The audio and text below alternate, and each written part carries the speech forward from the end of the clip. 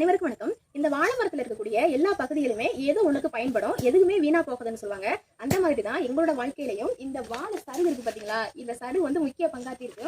எதுக்கு பாத்தீங்கன்னா, நான் வந்து சின்ன பிள்ளையில இருக்கும் போதெல்லாம், எத்தனாவது வரைக்கும், ஒரு 12வது வரைக்கும் படிக்கும்போது வரைக்குமே எங்க அம்மா வந்து இந்த வாழை சருகு கிழிக்கிறதுக்கு தான் போயிட்டு இருந்தாங்க. எப்படி கிழிக்கணும்னு பாத்தீங்கன்னா, இந்த பாருங்க, இப்படியெல்லாம் கிழிக்கணும். கீழே இருந்து தான் மேலே கிழிப்பாங்க, மேலே இருந்து கிழிச்சா கிழிச்சோம். இந்த வாழை சருகு இருக்கு பாத்தீங்களா, இது வந்து ஹோட்டலுக்கு வந்து கொடுப்பாங்க. அது வந்து ஒரு வியாபாரி வந்து எங்க ஊர்ல வாங்கிட்டு போவாங்க.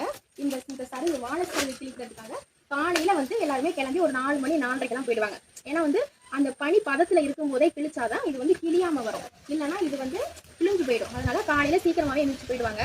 முதல் நாளே சாப்பாடுலாம் சாயங்காலம் செய்யற சாப்பாடு தான், அதுதான் மறுநாள் நாங்க வந்து பள்ளிக்கூடத்துலாம் சாப்பிட்டு போவோம். ஏன் சொல்லிட்டு இருக்கேன், கொசு கடிக்குது சாயங்காலம் ஆயிடுச்சுல. அதனால அதுக்கப்புறம் வந்து போயிட்டு அவங்க 4 மணிக்கு போனாதான் ஒரு 4-5 ஊர் தள்ளி நடந்தே தான் போவாங்க. 4-5 ஊர் தள்ளி போயிட்டு தான் இந்த சருகு வந்து கிழிச்சிட்டு வருவாங்க. ஒரு பெரிய கட்டு மாதிரி கட்டி எடுத்துட்டு வருவாங்க.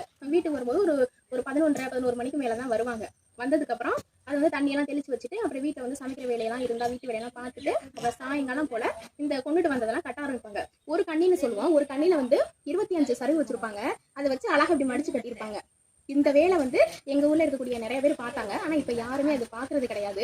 அந்த வியாபாரி வந்து கட்டு வாங்குறாங்கல்ல, சருகு கட்டு, அவங்க வந்து இந்த சருகெல்லாம் வந்து சின்னதா இருந்துச்சுன்னா தூக்கி போட்டுருவாங்க. என்ன இதுல இந்த சருகு கட்டில இருக்கக்கூடிய சருகெல்லாம் வந்து சரி கிடையாது, சின்னதா இருக்கு அப்படின்ற மாதிரி நம்ம ஏமாத்துற மாதிரி நினைச்சுட்டு அந்த கட்டை தூக்கி போட்டுருவாங்க, வாங்காமலாம் போயிருக்காங்க. அதனால பெரிய பெரிய சருகா தான் வைப்பாங்க. கண்ணில 25 சருகு வைப்பாங்க. அதே மாதிரி ஒரு 25 கண்ணியோ 50 கண்ணியோ வச்சதான் ஒரு சருகு கட்டு. அதுக்கு எவ்வளவு தருவாங்கன்னு நினைக்கிறீங்க? எனக்கு தெரிஞ்சு ஒரு 25 ரூபாயில இருந்து தான் அவங்க வந்து கொடுத்துருக்காங்க.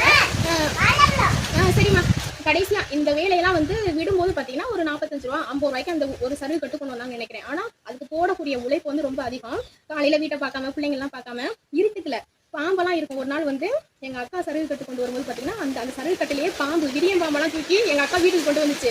வீட்டுக்கு வந்து திண்ணையில வச்சதுக்கு அப்புறம் தான் அந்த சருகு கட்டில இருந்து பாம்பு வந்து போயிட்டு இருந்துச்சு. இந்த மாதிரி கிராமத்துல இருக்கக்கூடியவங்க எல்லாம் வந்து இப்படிதான் உழைச்சவங்க பிள்ளைங்களை வந்து கரைச்சிட்டு இருக்காங்க. எங்க அம்மாவும் அப்படிதான் வந்து என்னைய கரைச்சிட்டு இருக்காங்க. சருகுக்கெல்லாம் போவாங்க. இந்த லீவ் அன்னைக்கெல்லாம் சனி ஞாயிறுக்கெல்லாம் எங்க அக்கா தான் போயிருக்கு. ஆனா நான் ஒரு நாள் கூட போனதில்லை.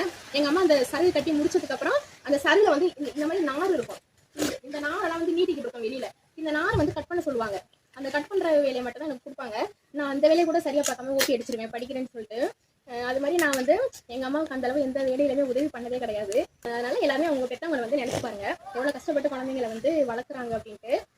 இருட்டுக்களை காலையில ஒரு 4 மணிக்கெல்லாம் வந்து கிளம்பி போயிடுவாங்க. அதுக்கப்புறம் அவங்க 11 மணிக்கு வீட்டுல வந்துதான் அந்த பழைய சோறையை சாப்பிடுவாங்க. அப்பவுமே வரும்போது நமக்காக ஏதாச்சும் அங்கிட்டு போற பக்கம் கடை இருந்துச்சுன்னா பலகாரம்லாம் வாங்கிட்டு வருவாங்க நம்ம பிள்ளைங்களுக்காக. ஆனால் சருகு அப்படின்றது எங்களோட வாழ்வாதாரமா ரொம்ப நாளா இருந்திருக்கு. அதனால இது வந்து ஒரு பழைய நினைவு.